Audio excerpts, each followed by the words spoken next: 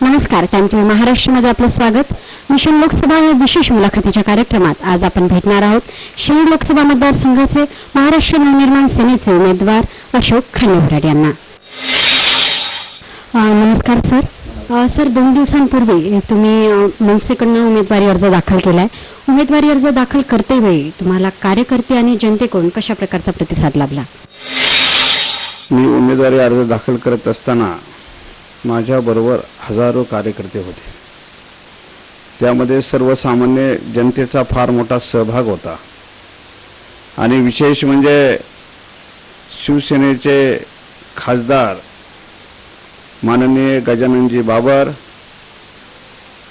शिवसेनेमध्ये पूर्वी जे जिल्हा प्रमुख होते उमेश भाऊ चांदगुडे, उपजिल्हा प्रमुख शरददादा सोनवणे आणि महाराष्ट्र नवनिर्माण सेनेचे सरचिटणीस अनिल शिदोरे साहेब आणि विशेष म्हणजे माननीय राजसाहेब ठाकरे यांच्या सौभाग्यवती शर्मिलाताई ठाकरे ह्या सुद्धा त्या ठिकाणी उपस्थित होत्या. म्हणजे सर, तुमच्या मतदारसंघातून तुम्हाला जनतेचा आणि कार्यकर्त्यांचा भरपूर प्रतिसाद लाभला. सर, लोकसभा निवडणूक आता ऐन तोंडावर आलेली आहे, त्यामुळे सर्वच पक्षातील उमेदवारांनी प्रचाराची जोरदार सुरुवात केली आहे. तर तुम्ही तुमचा प्रचार कशा प्रकारे करणार आहात? मी लोकांच्या घराघरापर्यंत जातोय आणि विशेष म्हणजे मी 30 वर्ष सामाजिक आणि राजकीय क्षेत्रामध्ये काम करतोय.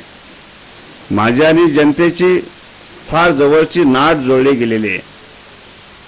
त्यामुळे मी आज निवडणूक चालू झाली, मी खासदारकीला उभा राहिलो म्हणून मला फार प्रचार करावा लागतो असं नाही. गेली 30 वर्षामध्ये 70 पेक्षा जास्त आंदोलन मी उभी केलेले आहे.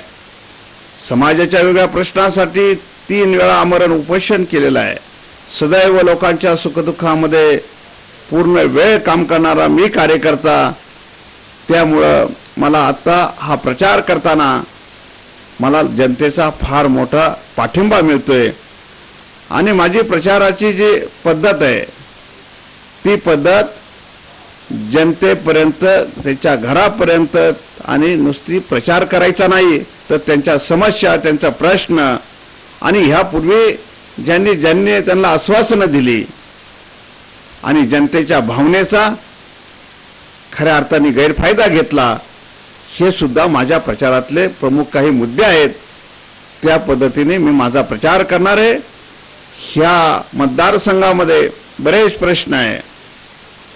आजपर्यंत ते प्रश्न सोडवण्याचं काम विद्यमान खासदार शिवाजी आढळराव असतील किंवा लोकशाही आघाडी सत्ताधीश असतील यांनी आजपर्यंत तो प्रश्न सोडवण्याकडे पाठ फिरवलेले आहे. आणि म्हणून हे प्रामुख्याने माझ्या पुढचे प्रश्न आहे.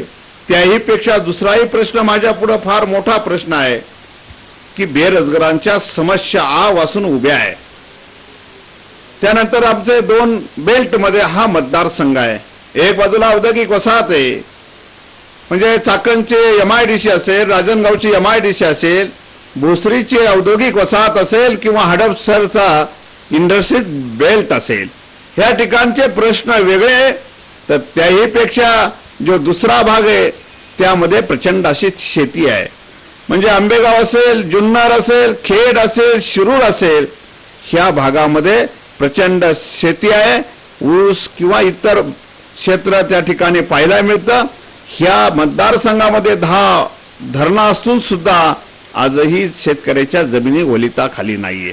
विद्यमान खासदार शिवाजी आढळराव यांनी आदिवासींसाठी काही केलेलं नाही. औद्योगिक शहरी भागामध्ये अनेक समस्या आहे, पाण्याच्या समस्या आहे, विजेच्या समस्या आहे. त्याचप्रमाणे तुम्हाला सांगतो, आमच्या जुन्नर असेल, खेड, आंबेगाव हा जो पश्चिम भाग आहे त्या पश्चिम भागामध्ये मग नाणेघाटाचा प्रश्न असेल किंवा माळशिरसमध्ये होणाऱ्या अपघाताचा प्रश्न असेल किंवा दाऱ्याघाटाचा प्रश्न असेल, कितीतरी दिवस आमच्या खेड तालुक्यातली जनता शासनाकडे टाहू फोडून आम्हाला भीमाशंकर मुंबई रस्ता व्हावा. भीमाशंकर मुंबई रस्ता झाल्यानंतर आमच्या खेड तालुका असेल, आंबेगाव तालुका असेल किंवा जुन्नर तालुका सुद्धा ह्या लोकांना मुंबई एकदम जवळची होईल. परंतु आतापर्यंत जो विद्यमान खासदार शिवाजी आढळराव यांनी आतापर्यंत फक्त आश्वासनं दिली, परंतु त्यांनी त्याच्याकडे पाठ फिरवलेले आहे. हे सगळे प्रश्न आवासून उभे आहे आणि म्हणून जनतेने च्या समोर एकच विषय आहे की माननीय राजसाहेब ठाकरे सारखा नेता ह्या महाराष्ट्रामध्ये नाही, उद्याचा महाराष्ट्राचा महाराष्ट्र नवनिर्माण बनवण्यासाठी, राजा छत्रपतीच्या स्वप्नातला महाराष्ट्र बनवण्यासाठी आणि उद्याचा भारत बनवण्यासाठी माननीय राजसाहेब ठाकरे यांच्या आशीर्वादाने ह्या शिरूर लोकसभा मतदारसंघातली जनता निश्चितपणे माझ्या पाठीमागे राहून मी निश्चितपणे निवडून येणारच आहे, ही माझी खात्री आहे. मला या विभागातील जनतेच्या प्रश्नाचा कडकडीत अनुभव आहे आणि तुम्हाला म्हणजे तुमचं म्हणायचा अर्थ आहे की तुम्हाला जास्त प्रचाराची गरज नाही, कारण की तुम्ही याआधी जनतेशी आपली नाळ जोडून त्यांच्या मनात ऑलरेडी घर केलेलं आहे. सर, तुम्ही एवढे मोठे आता आम्हाला प्रश्न सांगितले या विभागातले, पण सर्वात चर्चेचा प्रश्न म्हणजे मागच्या महिन्यात झालेली गारपीट. त्यामुळे शेतकऱ्यांचं अतोनात नुकसान झालेलं आहे. राज्यभरातल्या शेतकऱ्यांचं नुकसान झालं, जुन्नर तालुक्यातील शेतकऱ्यांचंही नुकसान झालं आणि काही दिवसांपूर्वीच सरकारने या शेतकरी नुकसानासाठी काही मदतही जाहीर केलेली आहे. तर सरकारने जाहीर केलेली मदत आणि शेतकऱ्यांचं झालेलं नुकसान यामध्ये काय तफावत आहे की सरकारने जाहीर केलेली मदत ही त्यांच्यासाठी सफिशियंट आहे असं तुम्हाला वाटतं? ह्या भूमीचा इतिहासच आहे की कायमच शेतकऱ्यावर आणि सर्वसामान्य माणसावर अन्याय झालाय. आतापर्यंत वेगवेगळे सरकार पाहिले, परंतु अशा नैसर्गिक आपत्तीला ज्यावेळेस येत असते त्यावेळेस आपत्तीग्रस्तांचा फक्त गवगवा केला जातो, शेतकऱ्यांचा फक्त गवगवा केला जातो आणि त्या पद्धतीचं नुकसान भरपाई शेतकऱ्याला मिळलं जात नाही. ही ह्या लोकशाही आघाडीतलं असेल किंवा तुम्हाला मला सांगायचं, मी सुद्धा गारपीट ज्या ठिकाणी झाली त्या ठिकाणी शेतकऱ्यांच्या जाऊन गाठीभेटी घेतल्या. प्रचंड असं मोठं नुकसान शेतकऱ्यांचं झालंय. काही लोक आत्महत्या करण्याच्या तयारीत आहे, परंतु लोकांना धीर देण्याचं काम आम्ही आमच्या पद्धतीने केलंय. शासनाने जी मदत केली आहे ती तुटपुंजी केलेली आहे आणि ती योग्य नाही. ह्या शेतकऱ्यावर अन्यायच आहे. म्हणत आहात की शासनाने जी मदत केलेली आहे शेतकऱ्यांना ती तुटपुंजी आहे आणि सरकारने असं विशेष काहीही ठामपणे शेतकऱ्यांसाठी केलं नाही. तर याविषयी तुम्ही राज्य सरकारकडे काही ठाम भूमिका घेतली आहे का? गारपीट झाल्यानंतर माननीय जिल्हाधिकाऱ्यांची मी स्वतःहून भेट घेतलेली आहे.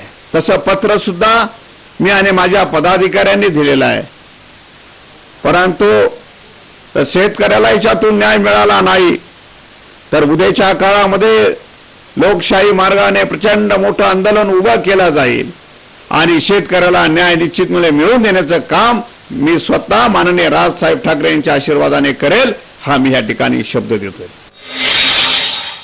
सर, आता लोकसभा निवडणूक आहे. निवडणूक म्हटलं की सर्वात महत्त्वाचे असतात प्रतिस्पर्धी आणि तुमचे शिरूर लोकसभा मतदारसंघातील प्रतिस्पर्धी म्हणजे सेनेचे आढळराव पाटील आणि राष्ट्रवादीचे देवदत्त निकम. तर सर, त्यांना हरवण्यासाठी किंवा त्यांच्यावर विजय प्राप्त करण्यासाठी तुम्ही अशी काही विशेष प्रचाराची तयारी केली आहे का? ह्या मतदारसंघामध्ये शिवसेनेचे आढळराव पाटील हे दोनदा खासदार झाले.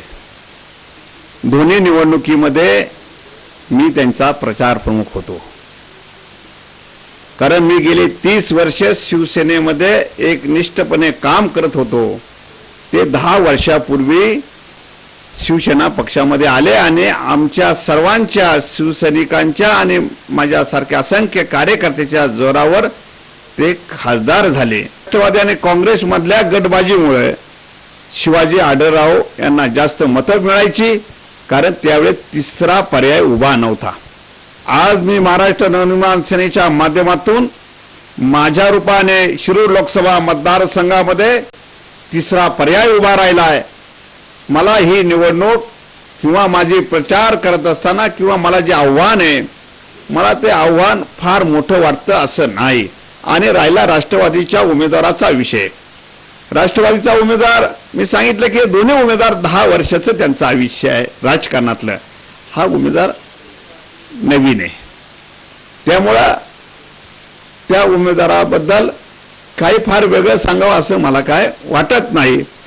परंतु ही निवडणूक, ह्या निवडणुकीमध्ये लागणारे काही गोष्टी असतील, ह्या निवडणुकीमध्ये जे काही मला अनुभव आलेला आहे यापूर्वी, ते संपूर्ण माझ्या पाठीशी असल्यामुळं मी ही निवडणूक निश्चितपणे निवडून आल्याशिवाय राहणार नाही, ही मला पूर्ण खात्री आहे. तर आताच आपण महाराष्ट्र नवनिर्माण सेनेचे शिरूर लोकसभा मतदारसंघाचे उमेदवार अशोक खांडेभराड यांच्याशी चर्चा केली. ते असंच पुढेही मिशन लोकसभामध्ये आपल्यासोबत राहणार आहे. तोपर्यंत पहा टाइम टीव्ही महाराष्ट्र न्यूज. नमस्कार.